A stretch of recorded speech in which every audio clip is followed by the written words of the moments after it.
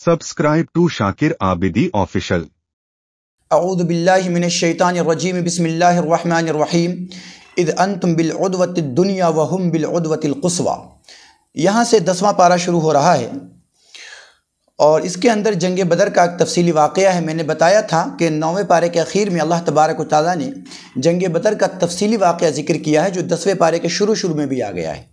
तो मैंने वहाँ पर कहा था, यानी 9वें पारे की तफसीर में, कि मैं यहाँ पर जंग बदर का तज़किरा नहीं करूँगा। वहाँ पर मैंने सिर्फ़ वो 10 उसूल 10 रूल बयान किए थे, जो 10 उसूल कुरान करीम ने कामयाबी के लिए बताए हैं, यानी दुनियावी ज़िंदगी में और उखरवी ज़िंदगी में भी कामयाब होने के लिए, दुनिया में भी कामयाब होने के लिए अल्लाह तबारक व तआला ने 10 रूल बताए हैं कुरान करीम के अंदर। उन 10 रूलों को मैंने अल्हम्दुलिल्लाह वो 9वें पारे के आखिर में ज़िक्र किया है, आप वहाँ देख सकते हैं।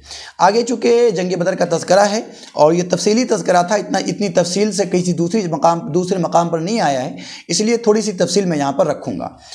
कि जंग बदर के हवाले से एक बात अमूमन लोगों में ये फैली हुई है और बहुत सारे लोग ये कहते हुए मिलते हैं कि भाई जंग बदर इसलिए हुई कि कुफ़ार मक्का मदीना मुनव्वरा पे चढ़ आए थे और मदीने की ईंट से ईंट बजा देना चाहते थे। ऐसी कोई बात नहीं थी। असल बात ये थी कि हज़रत साद बिन मुआज़ रज़ी अल्लाह ताला अन्हु ये उम्रा करने के लिए गए हुए थे, खाने काबा गए हुए थे, और ये अबू सफ़वान यानी उमैया के मेहमान थे। चूँकि कुफ़ार मक्का ने मुसलमानों का रास्ता रोक रखा था, खाने काबा में एंट्री बंद कर रखी थी, पाबंदी लगा रखी थी कि नहीं, मुसलमान नहीं आ सकता यहाँ। अगर कोई जाए तो उन्हें पकड़ लिया जाता था, कत्ल कर दिया जाता था, मारा पीटा जाता था, जुल्म किया जाता था। तो हज़रत साद बिन मुआज़ रज़ी अल्लाह ताला अन्हु ये अबू सफ़वान के मेहमान बनकर खाने काबा तशरीफ़ ले गए। तो अबू जहल से आमना सामना हो गया। अबू जहल ने हज़रत साद बिन मुआज़ से कहा कि अगर तुम अबू सफ़वान के मेहमान ना होते, यानी उमैया के मेहमान ना होते, तो तुम देखते कि मैं तुम्हारे साथ क्या करता, यानी तुम्हारी जान ले लेता, तुम्हें सताता, तुम पर जुल्म करता, खाने काबा में दाखिल नहीं होने देता। हज़रत साद बिन मुआज़ रज़ी अल्लाह ताला अन्हु जलील क़द्र सहाबी हैं, वो भी खामोश बैठने वाले नहीं थे। उन्होंने पलट कर उसको कहा कि सुनो, अगर तुम हमारा रास्ता खाने काबा का रोकोगे और हमें खाने काबा में आने से मना करोगे, तो हम तुम्हारे बिज़नेस का रास्ता जो शाम यानी सीरिया की तरफ जाता है वो रोक देंगे। ये बात आपके जहन में रहनी चाहिए कि मक्का मुकर्रमा जहाँ है, मक्का मुकर्रमा से मदीना मुनव्वरा उत्तर की तरफ है और मदीना मुनव्वरा से मुल्क शाम यानी सीरिया फ़िलिस्तीन वगैरह और उत्तर की तरफ है। यानी खाने काबा से, मक्का से अगर कोई बंदा सीरिया की तरफ जाता है, मिस्र की तरफ जाता है, इजिप्ट की तरफ जाता है, तो वो मदीना मुनव्वरा के करीब होता हुआ गुजरेगा, बल्कि मदीना मुनव्वरा होता हुआ ही गुजरेगा। तो हज़रत साद बिन मुआज़ ने कहा कि तुम जो बिज़नेस करने के लिए वहाँ जाते हो, जहाँ से तुम्हारा ख़र्चा चलता है, हम तुम्हारा वो रास्ता रोक देंगे। हमारी शराफत का नाजायज़ फ़ायदा ना उठाओ। दोनों में तू में हो गई। उसने कहा ठीक है, रोक लो, हम देख लेंगे। हज़रत साद बिन मुआज़ रज़ी अल्लाह ताला अन्हु मक्का से वापस होने के बाद नबी अकरम सल्लल्लाहु अलैहि वसल्लम की बारगाह में पेश हुए। कहा अल्लाह के नबी, ऐसी ऐसी बात हुई है। अल्लाह के नबी सल्लल्लाहु अलैहि वसल्लम ने कहा कि ठीक है, अच्छा कहा तुमने। और फिर उसी ज़माने में अबू सुफियान के सिपह सालारी में, उसकी सरदारी में मक्का वालों का एक काफ़िला मुल्क शाम गया हुआ था, सीरिया की तरफ गया हुआ था, बिज़नेस का काफ़िला, और वो लौटने ही वाला था। मुसलमानों को इसकी खबर हो गई। अल्लाह के नबी सल्लल्लाहु अलैहि वसल्लम को जब ये खबर हुई तो आप सल्लल्लाहु अलैहि वसल्लम ने सहाबा कराम से मशवरा किया और कहा कि यही पैसे ये लोग ले जाकर हमारे ख़िलाफ़ इस्तेमाल करेंगे, और हमारा कोई आदमी जब इन्हें मिल जाता है, हम इससे जंग की हालत में हैं, हमारा जो कोई आदमी मिल जाता है तो ये उस पर जुल्म करते हैं, लिहाजा इसका माल हम जब्त कर लेंगे। यहाँ पर यह एतराज़ नहीं होना चाहिए कि वो लोग तो बिज़नेस करके आ रहे थे, वो लड़ने वाले नहीं थे, फिर उनके पास क्यों जाना चाह रहे हैं, किसी का माल क्यों जब्त करना चाह रहे हैं। जंग के उसूलों में ही ये बात शामिल है कि जिन दो कौमों में जंग होती है वो उसकी हर चीज़ जब्त कर लेती है। ऐसा नहीं है कि दो फ़ौजें लड़ रही हों और एक फ़ौज का खाने पीने का सामान जा रहा हो तो दूसरे फ़ौज के लोग, दूसरे मुल्क के लोग उस खाने पीने के सामान को, राशन को इसलिए छोड़ दें कि नहीं भाई ये तो खाने पीने का सामान है, लिहाजा फ़ौजियों को भूख न लगे, इसको इसलिए जाने दो इसको। या पानी का टैंकर जा रहा हो तो उसको उस पर हमला न किया जाए, बल्कि ये कहा जाए कि भाई ठीक है, ये तो पानी पीने के लिए फ़ौजियों के लिए लेके जाया जा रहा है, इसको लेके जाने दो, नहीं पिएगा फ़ौजी तो लड़ेगा कैसे। ऐसा नहीं कहा जा सकता, बल्कि वो सारी चीज़ों पर हमला किया जाएगा जो उसको ताकतवर और मजबूत करे। लिहाजा नबी अकरम सल्लल्लाहु अलैहि वसल्लम ने मक्का वालों को कमज़ोर करने के लिए कहा कि हम इस पर हमला करेंगे और इसका सारा माल जब्त कर लेंगे। सहाबा किराम ने इस राय को पसंद फरमाया और लोगों को साथ लेकर आका मदनी सल्लल्लाहु अलैहि वसल्लम निकल पड़े। ये जो 313 की मिकदार सुनते हैं हम, वो 313 लड़ने वाले मौजूद नहीं थे। ये अजीब बात आपको लगेगी कि 313 लड़ने वाले नहीं थे। बदरी साहबी 313 है मगर लड़ने वाले 313 नहीं थे। तो आप सल्लल्लाहु अलैहि वसल्लम चले, लेकिन अबू सुफियान चूँकि बहुत होशियार था, उसे ये खबर हो गई कि मोहम्मद रसूलुल्लाह सल्लल्लाहु अलैहि वसल्लम हम पर हमला करना चाहते हैं। तो वो मदीना मुनव्वरा का मेन रास्ता छोड़कर बहुत दूर का चक्कर काट कर वो मक्का मुकर्रमा के करीब चला गया और ख़बर भिजवा दी अपने लोगों को कि भाई हम पहुँचने वाले हैं। लेकिन जब अबू सुफियान को ये खबर पहली मरतबा मिली थी तो वो मक्का मुकर्रमा अपना एक कासिद भेजकर उसने खबर दी थी कि अपने काफ़िले की हिफाजत करने के लिए तुम लोग निकलो। ये आदमी गया और जाने के बाद खाने काबा में उसने अपने कपड़े सर से उतार दिए और चीखने पुकारने लगा, अपने कपड़े फाड़ लिए जैसा उस ज़माने का तरीक़ा था। लोगों ने पूछा क्या हुआ क्या हुआ? कहा भाई तुम्हारा जो काफ़िला शाम से आ रहा है, मिस्र की तरफ से आ रहा है, मदीना वाले उस पर हमला करने वाले हैं, लिहाजा उसकी हिफाजत करो। शाम की तरफ से जो काफ़िला आ रहा है उस पर हमला करने वाले हैं। अबू जहल ने लोगों से मशवरा किया और 1000 लोग बहादुर और ताकतवर और असलहा से लैस घोड़े और दूसरे हथियारों असलहे से लैस होकर कहा कि भाई चलो हम जाकर मोहम्मद सल्लल्लाहु अलैहि वसल्लम को सबक सिखा देते हैं। तो वहाँ से वो लोग काफ़िले की हिफाजत के लिए निकले। लेकिन जब ये खबर मिल गई कि हमारा काफ़िला मक्का आ गया है तो इनको वापस नहीं होना। अब ये अबू जहल कहने लगा कि नहीं, अब हम आए हैं तो मोहम्मद सल्लल्लाहु अलैहि वसल्लम को नौजुबिल्लाह सबक सिखा कर जाएंगे। देखिए ये भी जंग की हालत में है, ऐसा नहीं है कि ये सिर्फ अपने काफ़िले की हिफाजत के लिए निकला है, ये भी जंग की हालत में है। उसके बहुत सारे लोग उसे कह रहे हैं कि नहीं हमारा जो मकसद था वो पूरा हो चुका, हमारा काफ़िला खैरियत के साथ मक्का आ चुका है, लिहाजा हमें अब कुछ करने की ज़रूरत नहीं है। लेकिन वो कहने लगा कि नहीं, हम मोहम्मद को सबक सिखा के जाएंगे सल्लल्लाहु अलैहि वसल्लम, और लोगों को गैरत दिलाने लगा। बात आ गई फिर जंग पर। अल्लाह के नबी सल्लल्लाहु अलैहि वसल्लम ने सहाबे कराम से मशवरा किया। सहाबे में से भी बाद ने मशवरा दिया कि हमारा मकसद तो अब जाता रहा, लिहाजा हमें वापस हो जाना चाहिए। बाद ने मशवरा दिया कि अल्लाह के नबी अगर अब यहाँ से वापस हो गए हैं तो मक्का वाले इतने जरी हो जाएंगे कि वो मदीना मुनव्वरा पर भी चढ़ दौड़ेंगे, मदीना मुनव्वरा पर भी हमला कर देंगे, वो समझेंगे कि मुसलमान डर कर भाग जा रहे हैं। सहाबे कराम के इस मशवरे को अल्लाह के नबी सल्लल्लाहु अलैहि वसल्लम ने पसंद फरमाया और फिर हुजूर अकरम सल्लल्लाहु अलैहि वसल्लम बदर के मकाम पर मुकीम हो गए और अबू जहल धीरे धीरे बदर के मकाम पर आ गया और दोनों फ़ौज आमने सामने हो गई। नबी अकरम सल्लल्लाहु अलैहि वसल्लम ने फ़ौजों की तरतीब लगाई और लगाने के बाद आप सल्लल्लाहु अलैहि वसल्लम के लिए जो हट बनाया गया, जो झोपड़ी बनाई गई, जो खेमा लगाया गया, वो ऊंची जगह पर लगाया गया ताकि आप सल्लल्लाहु अलैहि वसल्लम वहाँ से मैदान जंग को देख सकें। हज़रत अबू बकर सिद्दीक़ रज़ी अल्लाह ताला अन्हु वहाँ पर तलवार लेकर पहरा दे रहे थे। जब सबको आप सल्लल्लाहु अलैहि वसल्लम तरतीब लगा चुके तो नबी अकरम सल्लल्लाहु अलैहि वसल्लम अपने खेमे में तशरीफ़ लाए और आप सल्लल्लाहु अलैहि वसल्लम ने हाथ उठाया और दुआ शुरू फरमाई। हज़रत अबू बकर सिद्दीक़ रज़ी अल्लाह ताला अन्हु फरमाते हैं कि नबी अकरम सल्लल्लाहु अलैहि वसल्लम इस कदर आहुजारी फरमा रहे थे, इस कदर आहुजारी फरमा रहे थे कि आप सल्लल्लाहु अलैहि वसल्लम के जिस्म मुबारक पर जो चादर रखी हुई थी उस चादर का होश नहीं रहता था, ये चादर नीचे गिर जाता था और आप सल्लल्लाहु अलैहि वसल्लम पूरा हाथ इस तरह ऊपर कर लेते थे, ए अल्लाह ए अल्लाह ए अल्लाह, इस कदर पुकारते थे, इस कदर आहुजारी और इस कदर तड़प थी कि हज़रत अबू बकर सिद्दीक़ कहते हैं कि इस कदर तड़प और इस कदर आहुजारी हमने कभी नहीं देखी। आप सल्लल्लाहु अलैहि वसल्लम बार बार अल्लाह को पुकारते थे, मेरे मौला ये जो निहत्ते आज आए हुए हैं, ये जो आपके दीन की हिफाजत करने वाले लोग आए हुए हैं, आपका नाम लेने वाले आए हुए हैं, ए अल्लाह इनके पास कुछ नहीं है, मौला इसकी हिफाजत आपके ज़िम्मे है, अगर आज ये ख़त्म हो गए तो इस दुनिया में दोबारा आपका नाम नहीं लिया जाएगा। ए अल्लाह इसकी हिफाजत करना वो आपकी ज़िम्मेदारी है, ए अल्लाह इसकी हिफाजत करना आपकी ज़िम्मेदारी है। ए अल्लाह मुट्ठी भर लोग जिनके पेट में ठीक से खाना नहीं है, ये लोग रोज़े की हालत में हैं, ये अल्लाह परवरदिगार आलम ये आपके सामने आए हुए हैं, इसकी हिफाजत अब आपकी ज़िम्मेदारी है। ये 17 रमज़ान का वाक़या है। फिर जंग शुरू हुई, मुसलमानों ने बड़ी जांबाजी के साथ मुकाबला किया, लड़े। हालांकि 313 लड़ने वाले लोग मौजूद नहीं थे, लड़ने वाले सिर्फ 305 थे। आपने अभी तक सुना है कि जंग बदर में 313 लोग थे, 313 लड़ने वाले नहीं थे, लड़ने वाले 305 थे। 313 बदरी सहाबी हैं, उनमें से एक हज़रत उस्मान गनी रज़ी अल्लाह ताला अन्हु भी है। हज़रत उस्मान गनी रज़ी अल्लाह ताला अन्हु जंग बदर की तरफ कूच नहीं फरमाए थे, आए नहीं थे। आप सल्लल्लाहु अलैहि वसल्लम की बेटी हज़रत रुक़ैया की बहुत ज़्यादा तबीयत ख़राब थी और हज़रत उस्मान गनी रज़ी अल्लाह ताला अन्हु के निकाह में थी वो, तो हज़रत उस्मान गनी को नबी अकरम सल्लल्लाहु अलैहि वसल्लम ने रोक दिया था।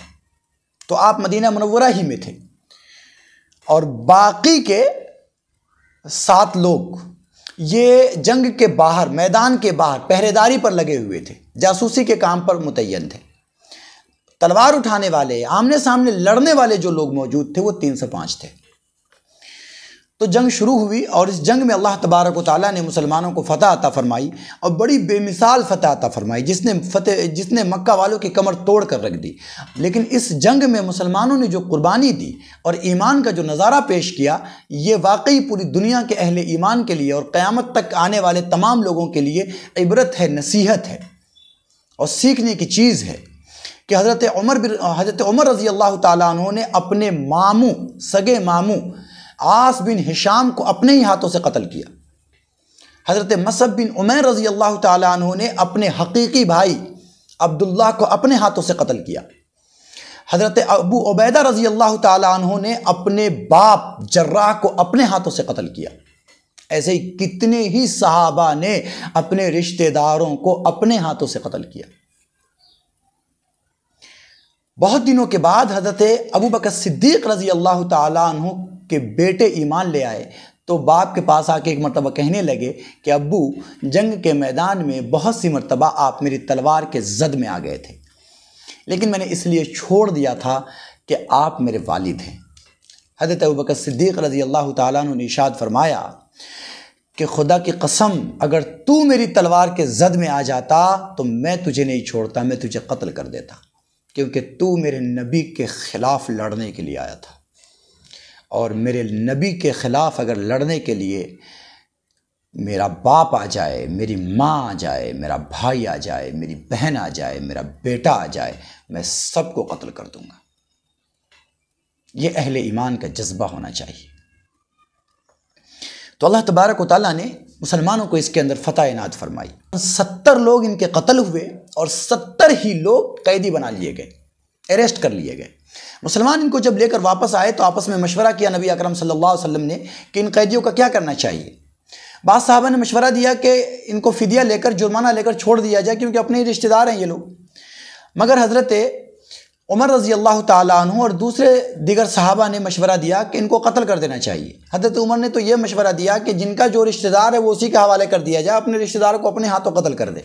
ये वो लोग हैं जो मोहम्मद रसूलुल्लाह से लड़ने के लिए आए थे और जो हुजूर से लड़ने के लिए आए उसकी सज़ा कत्ल है। मगर नबी अकरम सल्लल्लाहु अलैहि वसल्लम चूँकि नरम फितरत थे, आप सल्लल्लाहु अलैहि वसल्लम नरम दिल थे। कुरान करीम खुद कहता है कि अगर आप नरम दिल ना होते तो लोग आपसे दूर चले जाते। तो आका मदनी सल्लल्लाहु अलैहि वसल्लम बहुत ज़्यादा नरम दिल थे। लौ कुन्त फज़्ज़न गलीज़ल क़ल्ब, अगर आप दिल के सख्त होते, नरम ना होते तो लोग आपसे दूर हो जाते।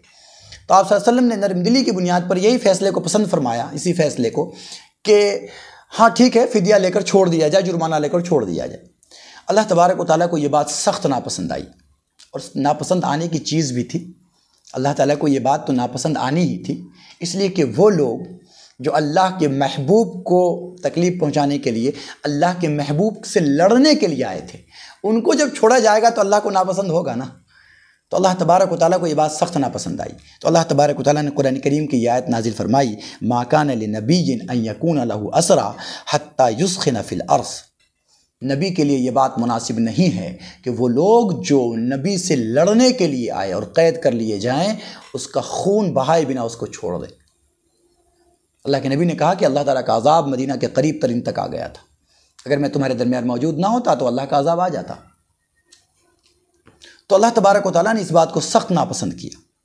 आगे सूरह तौबा शुरू हो रहा है और इसका नाम सूरह तौबा इसलिए है कि इसके अंदर कई जंगों का तज़किरा है और ख़ास तौर से जंग तबूक का तज़किरा है।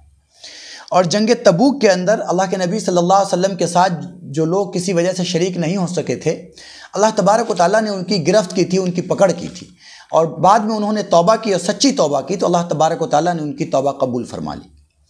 इसलिए इस सूरत का नाम तौबा है। इस सूरत के शुरू में अल्लाह तबारक व तआला ने मुशरिकीन के मुताल्लिक कुछ अहकाम नाजिल किए हैं। इन्हें जो मुसलमानों से जंग करते हैं, लड़ते हैं, जो काफिर हैं, तो उसके लिए अल्लाह तबारक व तआला ने कुछ अहकाम नाजिल किए हैं। तो अल्लाह तबारक व तआला ने उसके लिए 4 उसूल बताए कि कोई भी इस वक्त काफिर मक्का के या आस पास रह रहा हो, फ़तह मक्का के बाद, चूँकि ये सूरत फ़तह मक्का के बाद नाजिल हुई है, तो फ़तह के मक्का के बाद अगर आस पास ये मुशरिकीन रह रहे हों तो इनके लिए 4 उसूल अल्लाह तबारक व तआला ने बयान फरमाए। पहला उसूल ये कि बराअतुम मिनल्लाहि व रसूलिही इलल्लज़ीना आहदतुम मिनल मुशरिकीन, कि अल्लाह तबारक व तआला उनसे बरी है, मुशरिकों से अल्लाह तबारक व तआला बरी है। तो ये पहली किस्म उन लोगों की थी जिनका मुसलमानों से कोई एग्रीमेंट नहीं था, कोई मुआहदा नहीं था कि हमारा तुम्हारा मुआहदा है इतने दिन के लिए, हमारा तुम्हारा एग्रीमेंट है इतने दिन के लिए, न हम तुम्हें निकालें न तुम हमें निकालो, न हम तुम पर हमला करें न तुम हम पे हमला करो। इस तरह का कोई एग्रीमेंट नहीं था। पहली किस्म उन लोगों की थी। तो उनको अल्लाह तबारक व तआला की तरफ से 4 महीना की मोहलत दी गई कि जिन कबीलों का, जिन मुशरिकीन का अहले ईमान से कोई एग्रीमेंट नहीं है, उनको 4 महीने की मोहलत है। वो 4 महीने के अंदर चाहे तो ईमान कबूल कर ले और हमेशा यहीं रहें, या फिर जज़ीरतुल अरब खाली करके चले जाएं जो उनको जहां जाना है। अब अल्लाह के घर के करीब कोई काफिर, कोई मुशरिक नहीं रहेगा। दूसरे वो लोग थे जिनका एग्रीमेंट था मगर मुद्दत मुतय्यन नहीं थी। यानी एग्रीमेंट तो था कि अगर आप पर कोई हमला करता है तो हम आपका साथ देंगे, हम आप पर हमला नहीं करेंगे। ऐसे ही हम पर कोई हमला करता है तो आप हमारा साथ देंगे और आप हम पर हमला नहीं करेंगे। तो जिन कबीलों ने मुसलमानों से एग्रीमेंट कर रखा था मगर मुद्दत मुतय्यन नहीं थी, टाइमेड नहीं था, कोई टाइम फिक्स नहीं था कि ये एग्रीमेंट इतने दिनों के लिए है, तो अल्लाह तबारक व तआला की तरफ से उनको भी 4 महीने की मोहलत दी गई। जिनके लिए कोई एग्रीमेंट नहीं था उनको 4 महीने की मोहलत, जिनके लिए एग्रीमेंट था मगर उसकी मुद्दत मुतय्यन नहीं थी उसको भी 4 महीने की मोहलत। और तीसरी जमात वो थी जिनका एग्रीमेंट था और एक मुतय्यन मुद्दत के लिए था। एग्रीमेंट था और मुतय्यन मुद्दत के लिए था, तो उसको ये कहा गया कि इसकी मुद्दत पूरी कर दी जाए, जहां तक की मुद्दत है वहां तक मुकम्मल कर दिया जाए। 5 महीने की मुद्दत है तो 5 महीने तक इनको रहने की इजाज़त है। 8 महीने की मुद्दत है तो 8 महीने तक इनको रहने की इजाज़त है। और चौथा तबका उसका था जो सुलह हुदैबिया में मोहम्मद सल्लल्लाहु अलैहि वसल्लम ने जो मुआहिदा किया था, इन्हीं लोगों ने मुआहिदा तोड़ा था। यानी वो लोग थे जो बदअहदी करने वाले थे, जो मुआहिदा तोड़ने वाले थे। तो अल्लाह के नबी सल्लल्लाहु अलैहि वसल्लम को यह हुक्म दिया गया कि इनके लिए कोई मोहलत नहीं है। लेकिन फिर भी चूँकि ये हज का ज़माना अब करीब है, या चूँकि हज के ज़माने में नाजिल भी थी, तो ये हज का ज़माना है, तो ये अशहुर हुरुम है, इस महीने में जंग हराम है, तो इस महीने में इसको छोड़ दिया जाए। अगला महीना चूँकि मुहर्रमुल हराम का महीना है और मुहर्रमुल हराम भी अशहुर हुरुम में से है, लिहाजा इसको भी छोड़ दिया जाए। इस 2 महीने के बाद अगर इन मुआहिदा तोड़ने वालों में कोई भी यहाँ पर मिलता है तो इनको जहाँ पाइए उन्हें कत्ल कर दीजिए। वो जो कुरान करीम की आयत है जिस पर अक्सर हमारे डिबेटों के अंदर ये इश्काल होता रहता है कि मुसलमान ये कहते हैं या मुसलमानों का कुरान ये कहता है कि काफिरों को जहां पाओ वहां कत्ल कर दो, ये इन लोगों के लिए था। ये इन लोगों के लिए था जिन्होंने एग्रीमेंट करके, जिन्होंने मुआहिदा करके उसकी बदअहदी की थी, मुआहिदा तोड़ दिया था और मुसलमानों को जंग पर आमादा किया था। अब जाहिर बात है दुनिया के अंदर आप ये बताएं कि अगर 2 मुल्कों के अंदर मुआहिदा हो, कोई एग्रीमेंट हो, 2 जमात, 2 लोगों के अंदर कोई एग्रीमेंट हो और उस एग्रीमेंट को, जंग बंदी का एग्रीमेंट हो और एक जमात, एक मुल्क उस जंग बंदी के एग्रीमेंट को तोड़ दे, ख़त्म कर दे और जंग शुरू कर दे, तो ऐसी सूरत में दूसरे मुल्क वाले उसके साथ क्या सलूक करेंगे, क्या बर्ताव करेंगे? जाहिर बात है कि दूसरे मुल्क वाले अगर ताकत में आ जाए, पावर में आ जाए, उस पर फतह पा जाए तो उसकी ईंट से ईंट बजा देंगे। तो आज अगर ऐसा होता है तो उसके लिए इजाज़त है।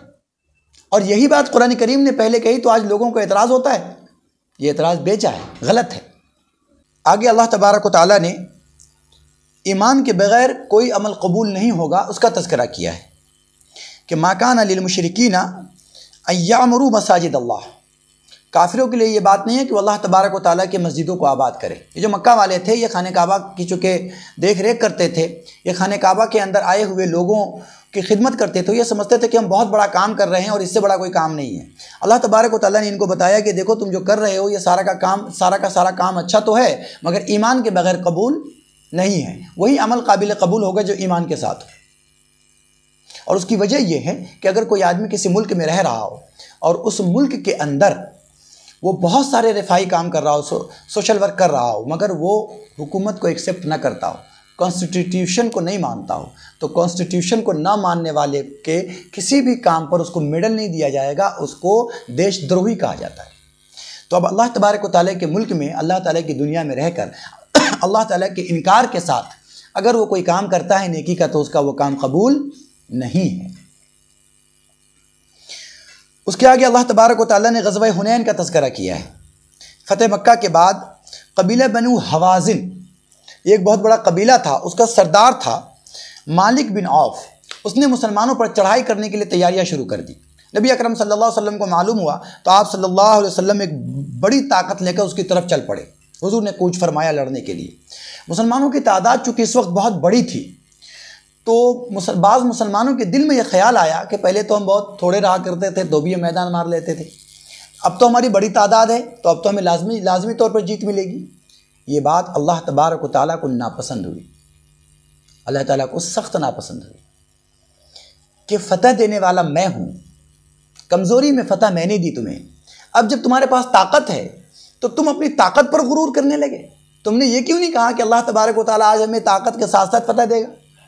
फ़तह देने वाली ज़ात तो अल्लाह की है। जब हम कम थे, जब तुम अल्लाह ने हमें फ़तह दे दी, आज अल्लाह ने हमें ताकत दी है तो आज ज़रूर फ़तह देगा, ऐसा क्यों नहीं कहा तुमने।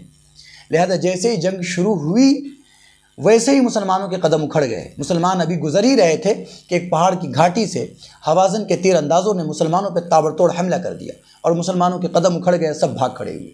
आप सल्लल्लाहु अलैहि वसल्लम के कदम मुबारक में कोई तसलजुल पैदा नहीं हुआ। नबी अकरम सल्लल्लाहु अलैहि वसल्लम मैदान में डटे रहे और फिर अल्लाह तबारक व तआला ने मुसलमानों पर सकीनत तारी फरमाई। मुसलमान फिर पीछे पलट कर आए और अल्लाह तबारक व तआला ने फ़तह से सरफराज फरमाए।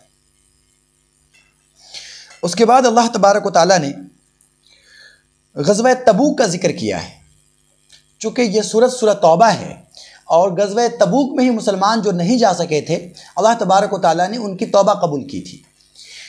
और इसके अंदर चूँकि जंगों का तज़किरा भी ज़्यादा है और शुरू में काफिरों के बारे में अहकाम जिक्र किए गए हैं, इसीलिए इस सूरत के शुरू में बिस्मिल्लाहिर्रहमानिर्रहीम जिक्र नहीं किया गया। तो जंग तबूक का तज़किरा किया, या अय्युहल्लज़ीना आमनू मा लकुम इज़ा क़ील लकुम फ़ी सबीलिल्लाह, कि ए ईमान वालो, जब तुम्हें कहा जाता है कि अल्लाह के रास्ते में निकलो तो तुम्हें क्या हो जाता है, क्यों निकलना नहीं चाहते। ये असल में नबी अकरम सल्लल्लाहु अलैहि वसल्लम जब मजबूत हो रहे थे और मजबूत हो गए थे तो आप सल्लल्लाहु अलैहि वसल्लम को यह ख़बर मिली कि शाम का जो बादशाह है हिरक़ल, उस ज़माने का जो सुपर पावर है, ये मदीना मुनव्वरा पे चढ़ाई की तैयारी कर रहा है, मुसलमानों पे चढ़ाई की तैयारी कर रहा है। उसे ऐसा लग रहा है कि एक ताकत उभर रही है, ऐसा ना हो कि हमारा राजपाट छिन जाए, हमारी चौधराहट चली जाए, मैं जो बिला शिरकत गैर लोगों का मालिक बना बैठा हूँ, ऐसा ना हो कि ये ख़त्म हो जाए। तो वो मुसलमानों पर और मदीना पे चढ़ाई करने की तैयारी करने लगा। नबी अकरम सल्लल्लाहु अलैहि वसल्लम को जब खबर हुई तो आप सल्लल्लाहु अलैहि वसल्लम ने 30,000 मुसलमानों के साथ हिरक़ल की तरफ, शाम की तरफ कूच फरमाया, जो मौजूदा सीरिया है, फ़िलिस्तीन है, उसकी तरफ कूच फरमाया ताकि वहाँ जाकर हिरक़ल को शिकस्त दिया जा सके। जंग की नौबत नहीं आई। मुसलमानों के लिए बहुत सख्त मुश्किल मरहला था, क्योंकि यही मौसम था फलों के कटने का, यही मौसम था मुसलमानों के पूरे साल के लिए कमाई करने का और ख़र्च निकालने का। और इसी वक्त में अल्लाह तबारक व तआला और अल्लाह के रसूल का हुक्म आया कि जंग के अंदर जाकर शामिल हो जाओ। तो बड़ी मुश्किलों के साथ मुसलमान पेश कदमी किए और वहाँ से निकल कर आगे आए। जंग की नौबत नहीं आई, लेकिन उसका फ़ायदा ये हुआ कि दुनिया का जो सुपर पावर था उसके दिल पर मुसलमानों का रौब बैठ गया और वो मदीना मुनव्वरा की तरफ दोबारा पेश कदमी की हिम्मत नहीं कर सका और उसकी प्लानिंग न कर सका। आगे अल्लाह तबारक व तआला ने गार सौर का तज़किरा किया है कि नबी अकरम सल्लल्लाहु अलैहि वसल्लम जब मक्का मुकर्रमा से मदीना मुनव्वरा की तरफ जा रहे थे और आप सल्लल्लाहु अलैहि वसल्लम को शहीद करने के लिए मक्का वालों ने एक भयानक प्लानिंग कर ली कि हर कबीले का एक जवान ले लिया जाए और वो नबी अकरम सल्लल्लाहु अलैहि वसल्लम के घर मुबारक को घेर ले, हुजरे को घेर ले, और जब रात हो जाए, हुजूर आराम करने लगे, तो सब लोग जाकर यकबारगी हुजूर पर हमला कर दें और सब मिल के हुजूर अकरम सल्लल्लाहु अलैहि वसल्लम को शहीद कर दें। इस तरीके से क्या होगा कि ये जो बनी हाशिम है, ये जो हुजूर का ख़ानदान है, ये पूरे मक्के से तो नहीं लड़ेगा ना, तो इस तरीके से सारे लोगों की जान बच जाएगी। इन लोगों ने प्लानिंग कर ली। नबी अकरम सल्लल्लाहु अलैहि वसल्लम को अल्लाह तबारक व तआला ने हुक्म दे दिया कि आप यहाँ से हिजरत कीजिए। और जिस आदमी से ये बात तय थी कि वो मदीना मुनव्वरा ऐसे रास्ते से पहुँचाएगा जो रास्ता आम रास्ता नहीं है, कॉमन रास्ता नहीं है, उस आदमी को ख़बर दे दी गई कि भाई फ़लाँ दिन चलना है। और 3 दिन पहले ही नबी अकरम सल्लल्लाहु अलैहि वसल्लम अपने हुजरे मुबारक से निकले और निकल कर हज़रत अबू बकर सिद्दीक़ के पास गए और वहाँ से आप सल्लल्लाहु अलैहि वसल्लम गार सौर की तरफ चले गए। जो लोग भी मक्का मुकर्रमा गए हैं वो जानते होंगे कि मदीना मुनव्वरा से यानी खाने काबा से मदीना मुनव्वरा किधर है? उत्तर की तरफ है,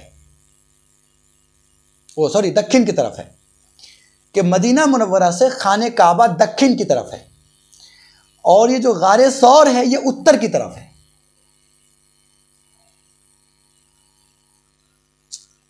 27 पर फिर याद रखो, ठीक है।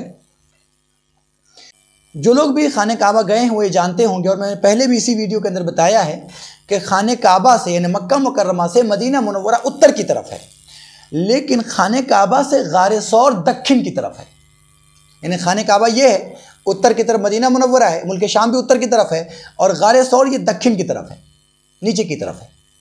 आप सल्लल्लाहु अलैहि वसल्लम जब हिजरत के लिए निकले तो हुजूर खाने काबा से जब निकलने के बाद, मक्का मुकर्रमा से निकलने के बाद सीधे मदीना मुनव्वरा की तरफ नहीं गए, यानी उत्तर की तरफ नहीं गए। जाना था उत्तर की तरफ मगर उत्तर की तरफ नहीं गए, बल्कि हुजूर सल्लल्लाहु अलैहि वसल्लम दक्षिण की तरफ गए, जुनूब की तरफ गए। और जुनूब की तरफ जाने के बाद आप सल्लल्लाहु अलैहि वसल्लम गार सौर के अंदर जाकर रूपोश हो गए, पनाहगज़ी हो गए। ये एक पहाड़ है, सौर का पहाड़ कहा जाता है, आप लोग जानते होंगे, जो ज़मीन से तकरीबन 5600 फीट की ऊंचाई पर है। कोई 5400 फीट बताता है, कोई 5600 फीट बताता है। बहरहाल 5000 फीट ये तो तय है, इतनी ऊंचाई पर है। अगर मक्का मुकर्रमा जाना हो तो आप ज़रूर वहाँ जाइए। चढ़ते हुए ऊपर का पसीना बंदा नीचे पहुँचता है, लेकिन जब आप ऊपर पहुँच जाएंगे तो अल्लाह तबारक व तआला अपने फजल व करम से थकावट को ऐसा दूर कर देगा कि आपको लगेगा ही नहीं कि आप 5000 फीट ऊपर चढ़ कर आए हैं। ये मैं तजर्बा बता रहा हूँ।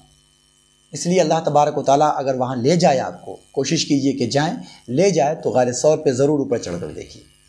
तो गार इस तरीके से है कि एक तरफ से ऊंचा है, एक तरफ से नीचा है। आप सल्लल्लाहु अलैहि वसल्लम उसके अंदर मौजूद थे, और ये काफ़ी लोग जब ढूंढते ढूंढते वहाँ करीब आ गए उस मुंह पर कि आप सल्लल्लाहु अलैहि वसल्लम अंदर है। अंदर बैठने वाले को बाहर वाले का पैर नज़र आता है, उसके लोकेशन है ऐसे, उसकी बनावट ऐसी।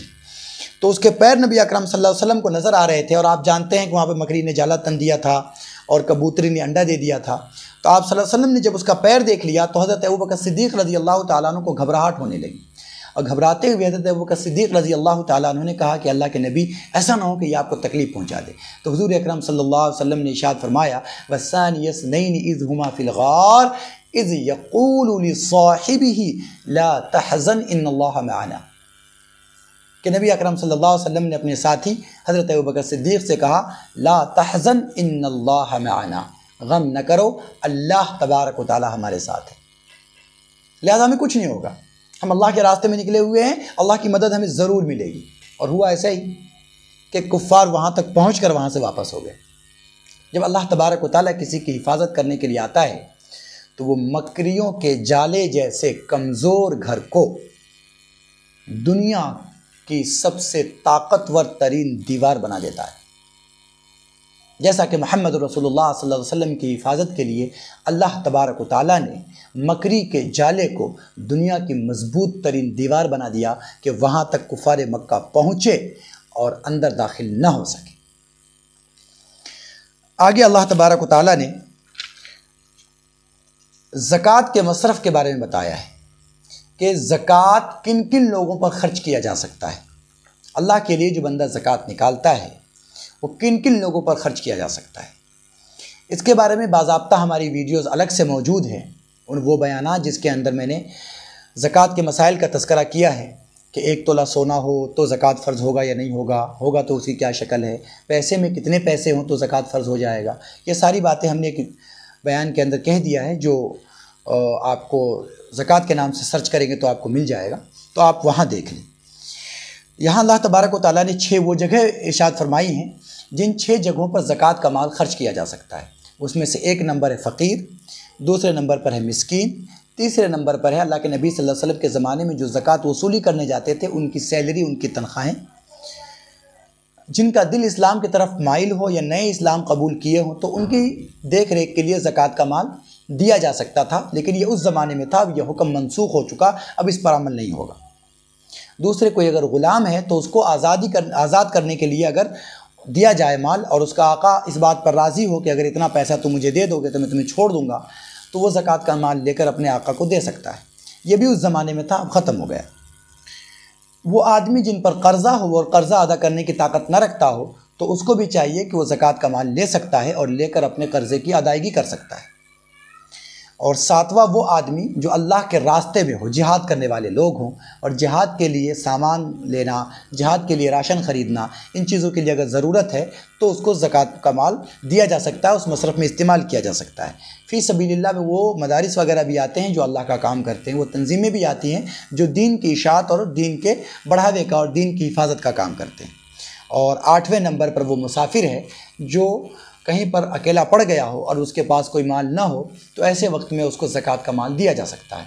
आज के वक्त में ये मसला नहीं रहा, क्योंकि आज के वक्त में ऐसा बहुत रेयर केस में होता है, क्योंकि ये डिजिटल दौर है, आज ग्लोबल वर्ल्ड है। आज के ज़माने में तो आदमी कहीं भी है, उसका पैसा ख़त्म भी हो गया तब भी वो अपना पैसा दुनिया के किसी भी मुल्क से वहाँ मंगवा सकता है। लिहाजा दुनिया के किसी भी मुल्क में है और वो पैसा मंगवाने की ताकत रखता है और घर में वो साहिब निसाब है, तो उसको अब ज़कात देना दुरुस्त नहीं है। पहले के ज़माने में अगर कोई घर में साहिब निसाब भी था, यानी घर में उसको माल है, लेकिन कहीं तिजारत करने के लिए गया, सफ़र करने के लिए गया, घूमने फिरने के लिए गया और अपने घर से बहुत दूर चला गया और वहाँ जाने के बाद उसका माल चोरी हो गया या गुम गया, तो ऐसी सूरत में उसको ज़कात का माल दिया जा सकता था ताकि वो वहाँ से घर वापस आ सके।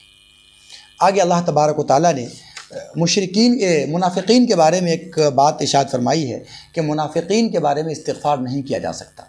अल्लाह के नबी सल्लल्लाहु अलैहि वसल्लम ने रईसुल मुनाफिकीन अब्दुल्ला बिन उबय बिन सलूल की नमाज जनाजा पढ़ी थी, जो सबसे बड़ा मुनाफिक था, जिसने नबी अकरम सल्लल्लाहु अलैहि वसल्लम की ज़ौजा मुताहरा पर इल्ज़ाम भी लगाया था। उसकी नमाज जनाजा नबी अकरम सल्लल्लाहु अलैहि वसल्लम ने पढ़ी थी और उसके कब्र में उतरे थे।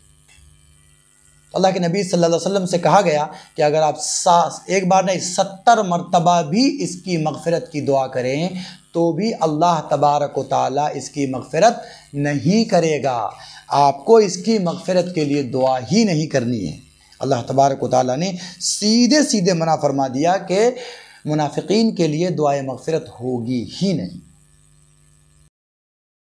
Subscribe to Shakir Abidi official.